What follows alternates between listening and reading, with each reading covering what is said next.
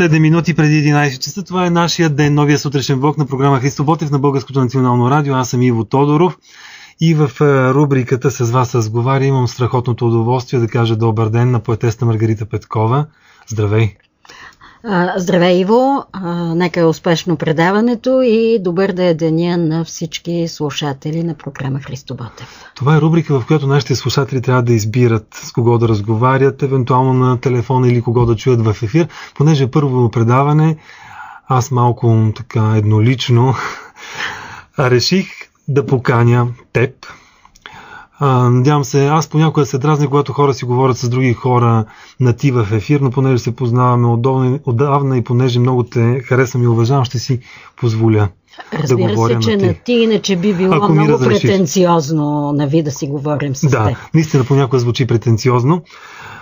Нося твоя стихосбирка, ще четем стихове, ще говорим за поезия. Колегите ми изненадаха приятно, аз не бях мислил за това. Предлагат да чуем една песен, която е по твой текст. Песента е много така тематична с един наш разговор преди половин час. Говорихме с актьора Стефан Рядков за пиеса тази вечер в Габровския театър с заглавие Любовен квадрат. О, това е интересно като квадрат. При мен е триъгълник. Да, Бермудски триъгълник ще чуем.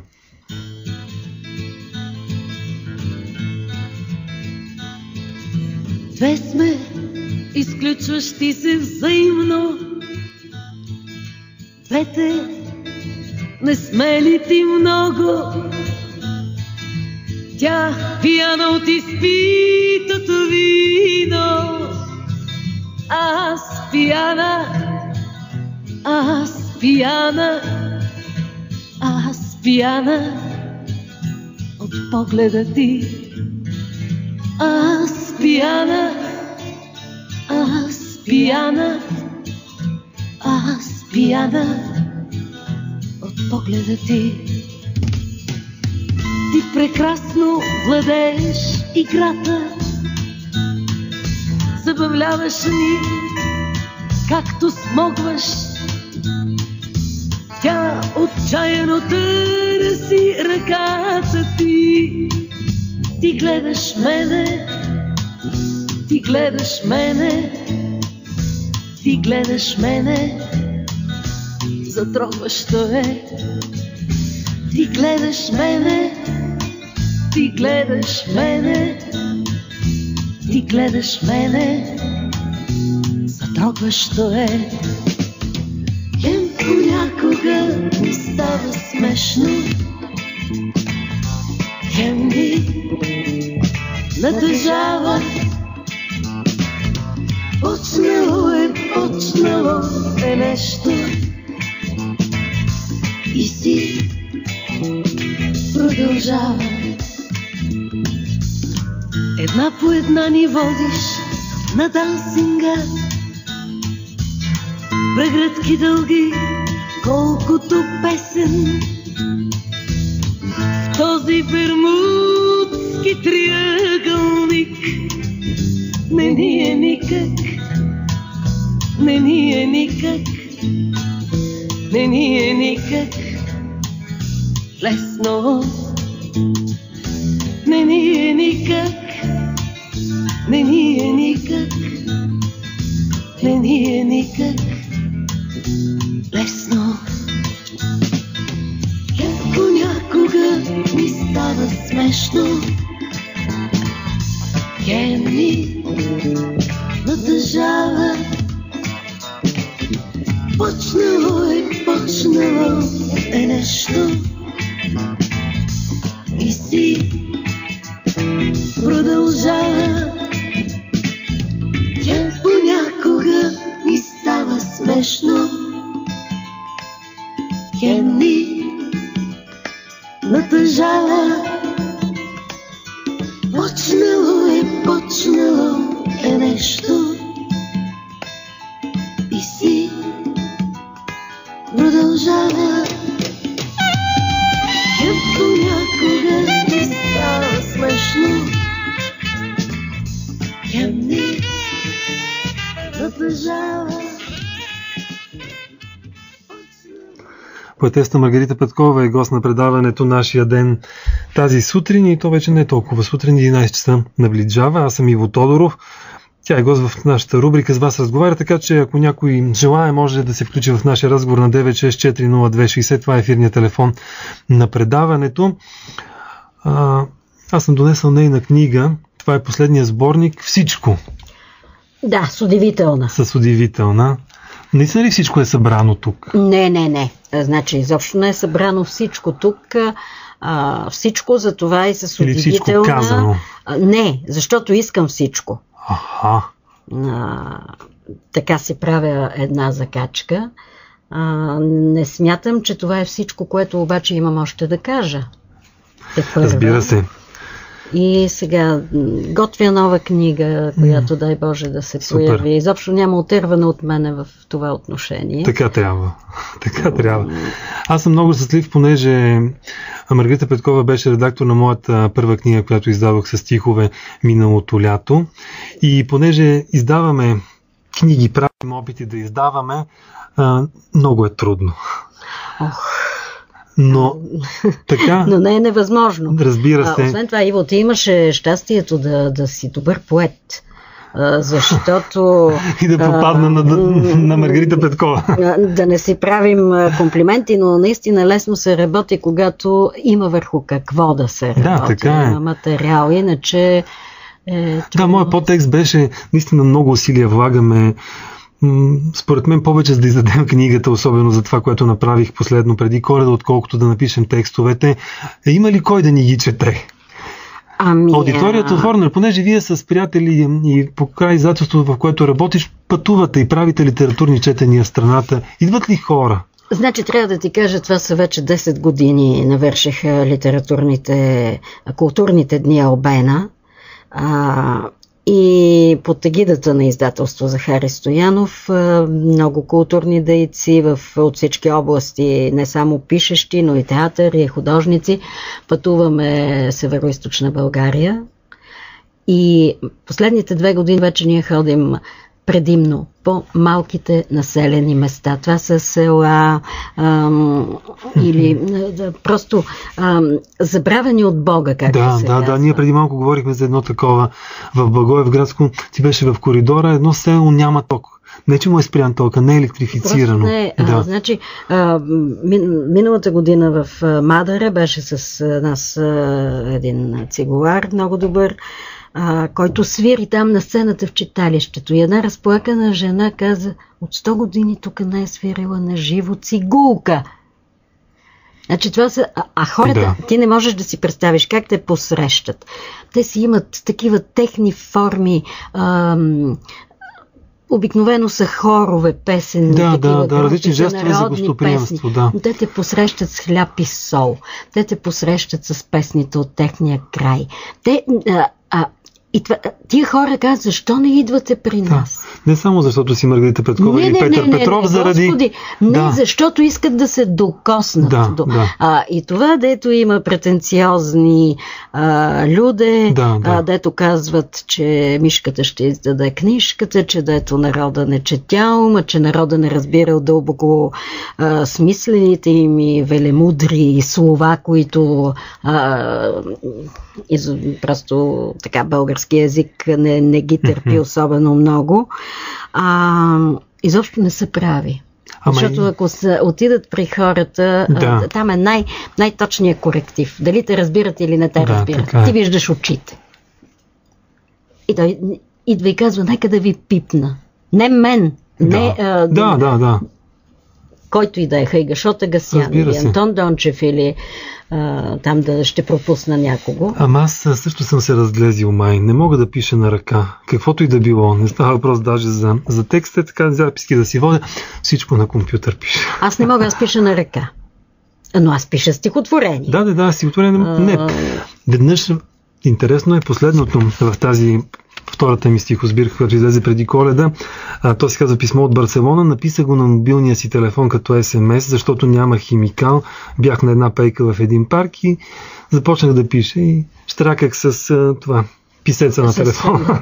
Не, виж какво, на мен също ми се е случвало да пиша стихотворение направо на машина.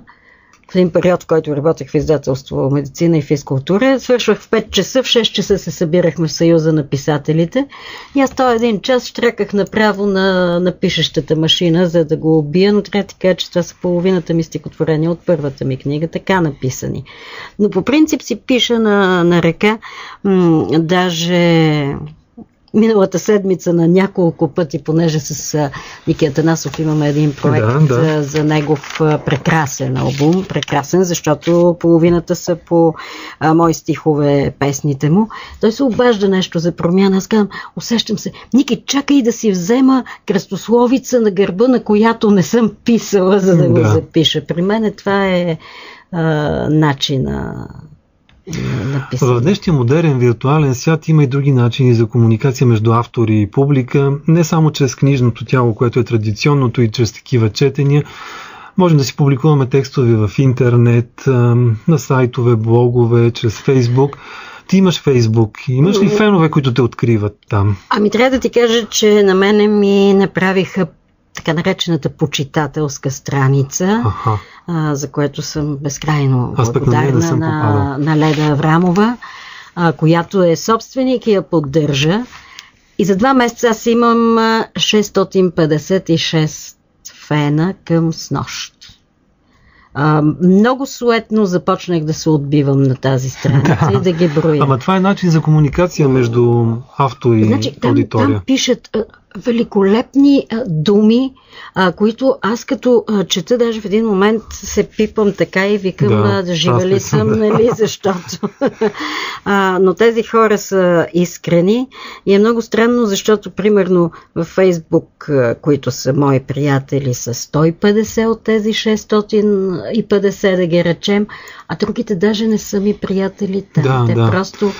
Да, това е интересна тема. Аз няколко пъти поставях във Фейсбук различни хора, разбира се, слушатели или други хора, които ме познават, аз не ги познавам, ми искат приятелство. Аз винаги ги питам обаче откъде се познаваме, защото според мен, дори да приема виртуалния смисъл на думата приятелство, все пак трябва да знаеш нещо за другия човек, дори да не си му видял така в жив контакт очите. Значи, аз по принцип съм по-консервативна.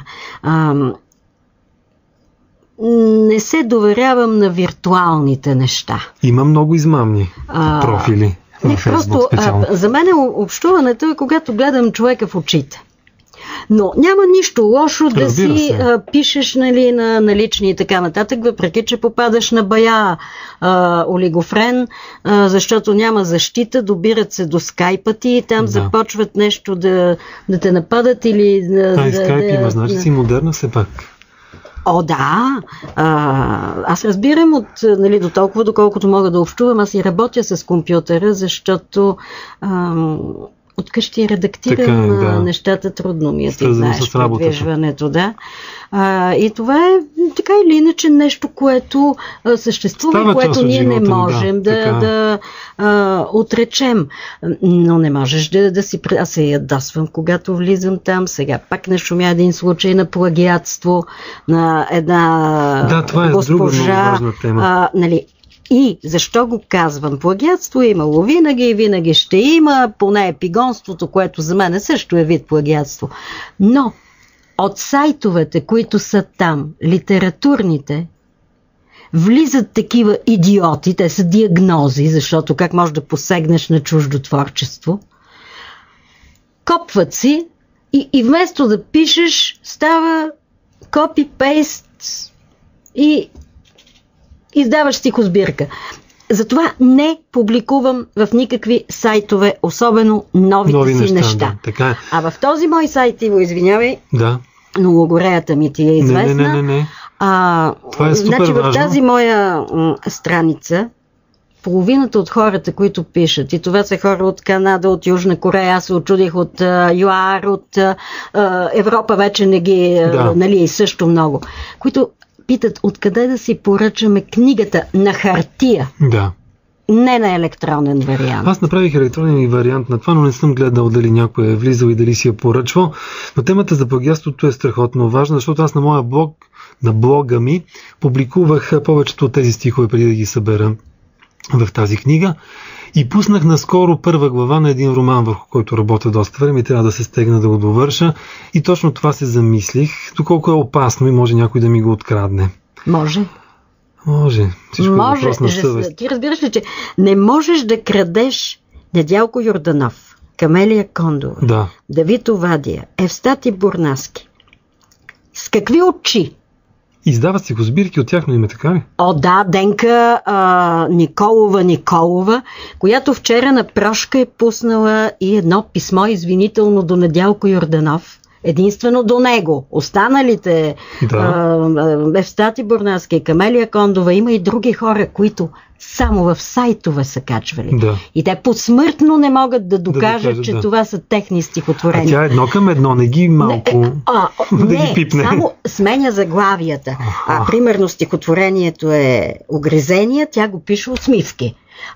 И пише на Петю, на Ники.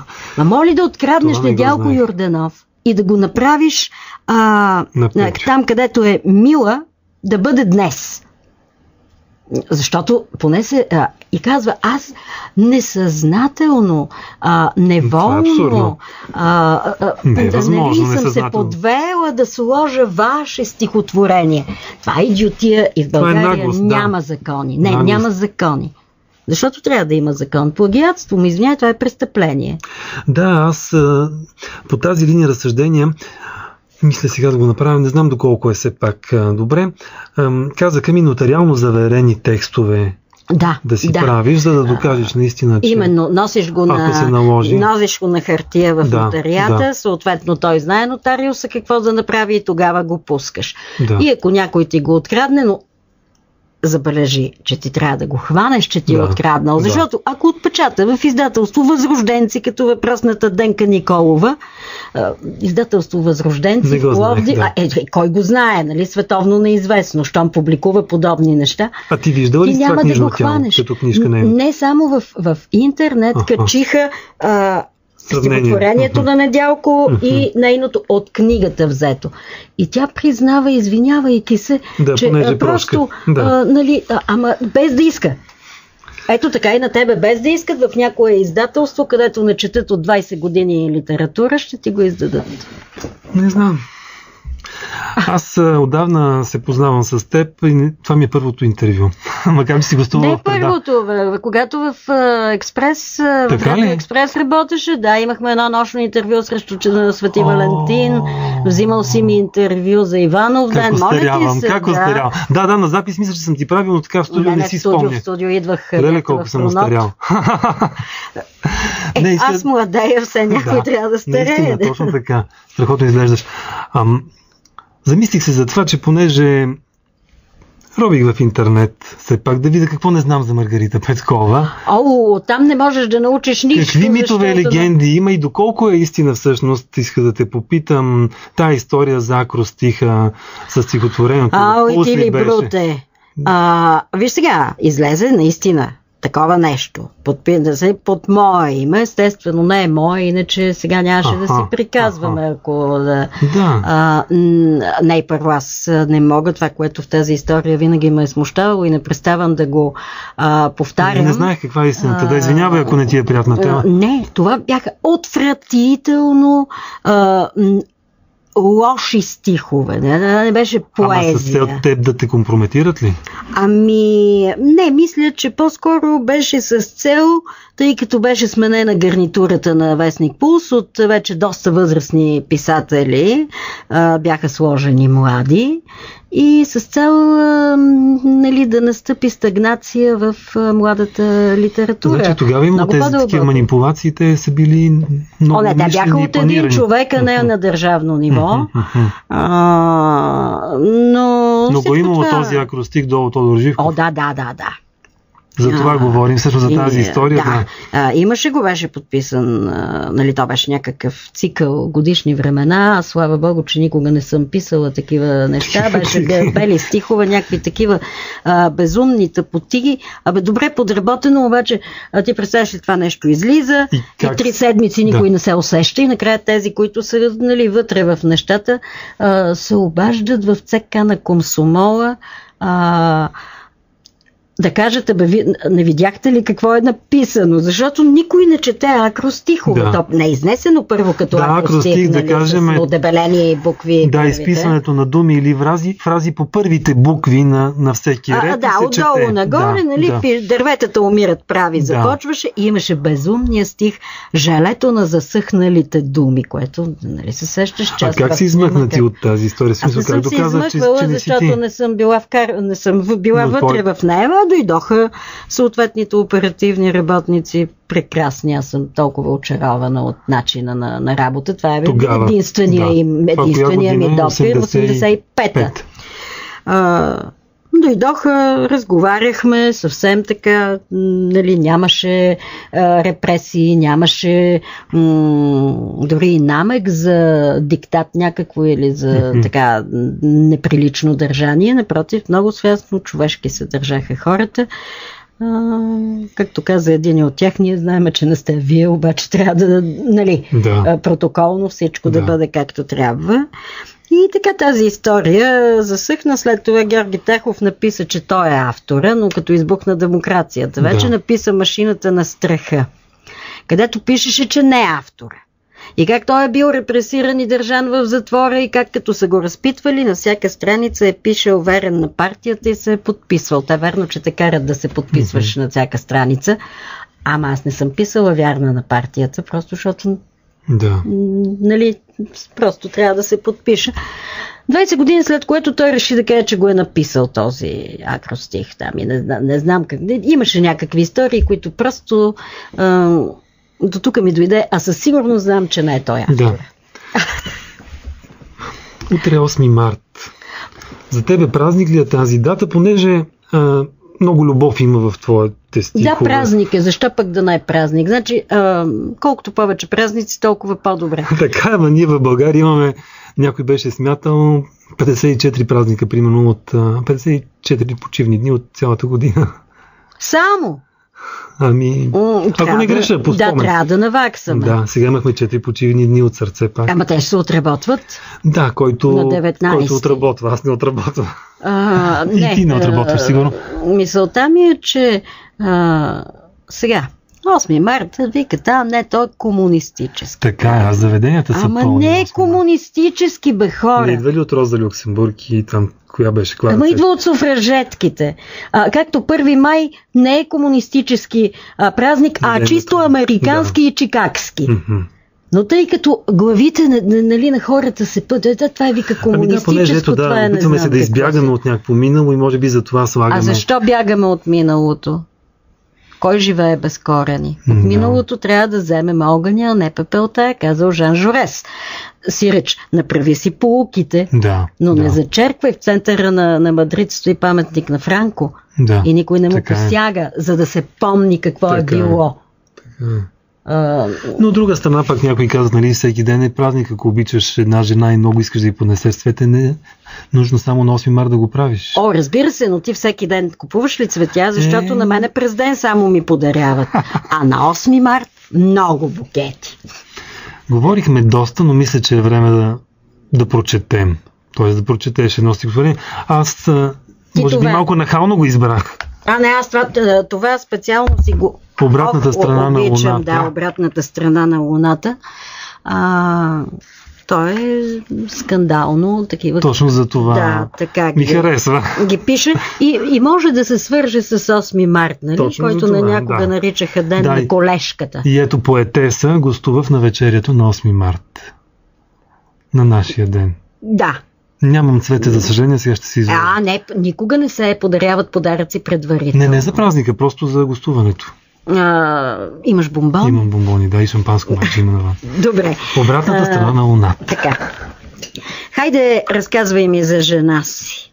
Колко е свясна, колко е готина, как в очите те гледа прехласнато, какви вкусотийки готви, как ти подрежда под цвят чорапките, как сръчно ти сгъва ризите, колко е нежна, колко е сладка и никак не е капризна, как сам самичка се справя с всичко, как те обгръща с внимание, как ти, разбира се, я обичаш и втора такава няма, как тя непрестанно за тебе мисли, през час звъни да те пита, бира ли пиеш или уиски и сърчицето ти в ритъм ли е, как и на сън не ти дава мира нейната кротост и крехкост. Разказвай ми, докато събираш по пода моите дрехи. Маргарита Петкова. Имаме слушател на телефон, така че може да използваш тези слушалки, за да го чуем. Здравейте. Добър ден. Ало? Чуваме ли се? Нямало. Ще изчакаме да видим дали ще се поднови тази връзка. Прекъснала. Много ти благодаря за това гостуване. Какво можем да си пожелаем? Вчера беше сирни заговезни, са ми се оплита езика на тая дума, а ден за прошка. Наистина ли го правим искрено? Наистина ли искаме прошка и прощаваме? Не, аз мисля, че при повечето хора това просто се е превърнало в една даже неосъзната традиция. Днеска е прошка и трябва да я поискаме. Да, така като Велик ден отиваш на църква. Да, и ядеш яйца и козунаци. Но вижте, прошката е нещо, което ти трябва да усетиш вътре в себе си. Аз винаги съм казвала, не съм Господ за да съдя, но не съм и Господ да прощавам. За мен прошката не е най-висшата благодетел. Както казва майка Тереза. Имаме сега слушател. Здравейте. Добър ден, господин Тодоров. Добър ден. Добър ден на вас и на гостинката ви, но аз имам една реплика към нея. Кажете. Госпожо Петкова, какъв е Франко според вас за испанците и защо мислите, че някой би трябвало да му посяга на паметника? Не мислите ли Франко е заслужил? Това казвам, господине, че това е миналото на Испания и те пазят своето минало.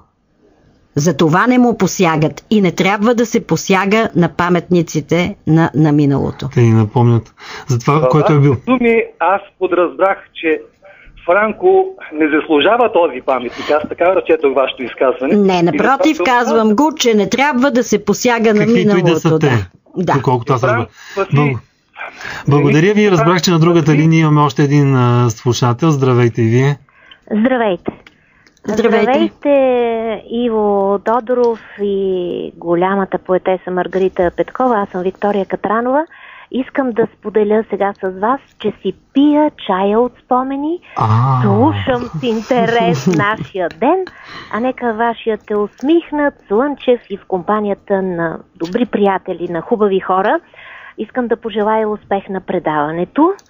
Не се съмнявам в него да спечелите слушателската аудитория, а Иво Тодоров знае как става това и не само, че го знае, но го и може, защото сърце подир сърце върви, и да поздравя Иво за избора на гостинката. Много благодаря, страхотно мили думи. Голяма е Маргарита Петкова, тя е над цяла вселена, много я обичам, чета я на един дъх. И аз съм така. Жива и здрава, жива и здрава. Хубав ден, успешен. Хубав ден, да е усмихнат, макар че навън не виждам слънце. Здравейте и вие, още един слушател. Добър ден, скъпо предаване. Добър ден. Добър ден. Добър ден. Искам да ви питам, душата ви пленница ли? Душата дали е пленница? Душата й дали е пленница? Моята душа, как да ви кажа, винаги е била пленена, но пленница никому. Тя е доста непокорна, за да позволи да бъде някому пленница. По-скоро аз пленявам. 9640260 ефирния телефон, още може би секунди или минутки. Аз искам да благодаря много на Маргарита за това гостуване. Какво да си пожелаем за идните дни? Аз в началото на предаването казах, че идва пролетта. Първа пролет. За мен пролетта е един страхотен сезон. Не само заради възраждането на природата и тази страхотна зеленина, която ще видим навън, но и за начина, по който се чувстваме ние. Някакси вътрешно възраждаме. Тогава са и тези празници, като Цветница, Великден. Нека да си пожелаем пролетта да е винаги в нас. за да може да дочакаме лятото и есента, в която събираме плодове. Аз мразя зимата. Не мога да я понасям, но като каза ти как пролетта възражда, да не забравяме пролетната умора, така че пожелавам си да ни отмине по-леко. Нищо, нека да има умора, но нека да е пролет. Нека да е от работа умората и аз пожелавам на себе си на 10 годишната на предаването да ме поканиш пак. А кога да чакаме тази нова книга, за която спомена? Надявам се тази година. Да, тази година, нали знаеш, аз изобщо не се интересувам от тия неща. Трябва да разберем. Разбира се, че първи ще разберете. Супер, ще се радвам много и ще чета с интерес. Чухме преди малко стихотворение на Маргарита Петкова, прочетено от самата нея. Сега ще прозвучи пак нейн текст, отново като песен. Има слушател ли? Здравейте! Здравейте, господин Тодоров. Добър ден. Преди малко ви написах във Фейсбук няколко слова, бих желала да станем приятели. Посочих даже откъде ви познавам от разстояние. Сега ще видя. Искам да бъдете жив и здрав. Пожелавам успех на предаването, в което не се съмнявам. И малко искам няколко думички да кажа, че не съм съгласна за изказването за прошката. Аз, например, съм на 62 години, не знае как да простя. Опитвам се на всички да простя и си купих едно книженце в превод от английски, едно хубавичко маличко, как да простим, като не знаем как. И то ме научи на много неща. Благодаря ви много. Радвам се, че ни слушате и ви желая хубав ден. И на вас. Бъдете живи и здрави и вие, до чуване. Благодаря ви. Здравейте, добър ден. Алло? Алло? Да, моля. Здравейте. Много добър старт на първото предаване на радио Христо Ботев. От Добрич се обаждам. Благодаря ви много. Неправителствена организация на хора с зрителни увреждания, Хобис клуб. Слушаме ви сутринта. С госпожа Маргарита Петкова лично се запознахме, когато бяха в Добрич на тази обиколка. Да. И много се радвам да ви чуя в ефир. Наистина, въпреки че сме незрящи и виждаме със сърцето си, пролетта е винаги в нас и си поддържаме духа и се радвам на новия сутрешен блок. Тук сме събрани около 20 на човека. От сърце ви поздравяваме. Добър старт и винаги ще ви слушаме и очакваме. Много се радвам. Специално всичко добро и до скоро да се видим. Чувате, нали? Да. Много мило наистина. Да, ние сме с много голям кураж и с много голяма надежда. Така и на дланта си носим надеждата. Нямаме магазинче, но я раздаваме и се надяваме да получаваме от вас съответно. Още веднъж на добър час на предаването и на всички слушатели, които днес са на вълните на това ново предаване. Благодаря ви много. Страхотно обаждане. Те са страхотни хора. Аз имах, ето за това ти говорих, когато се видиш с такива хора, които виждат със сърцето. Да. Неотдавна един колега мисля, че беше споменал и мина ми като идея, но после забравих да направим на Брайлова азбука книга с поезия. Да, често съм така била изкушена от тази идея, но няма кой да се хване. Да, трябва да помислим върху това. Имаме ли още телефони? Не за сега. Благодаря ти отново и ти желая хубав ден, хубава пролет.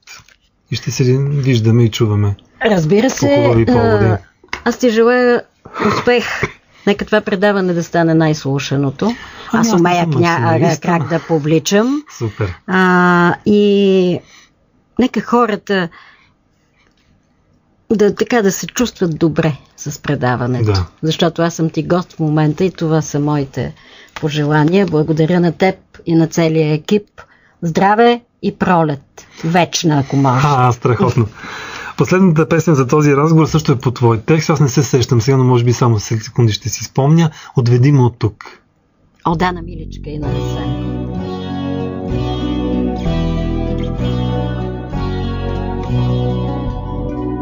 Отведи ме от тук, ей така ме хвани за ръката, или само с поглед ме издърпай на някъде. Скри ме в шумните улици на града милиона. Скри ме в твоите спомени или в нашите спомени. Отведи ме от тук, приюти ме в очите си, в кафенето отсреща, навън под звездите. В едно нощно такси, на ръба на вселената, на ръба на сълзата, избликнала в мене. Отведи ме от тук, от втрещените погледи, от усмивките зейнали, иронични и строги, от просъскани думи за благоприличие, под небесната арка на твоето обичам те. Отведи ме от тук, от втрещените погледи, от усмивките зейнали, иронични и строги, от просъскани думи за благоприличие, под небесната арка на твоето обичам те.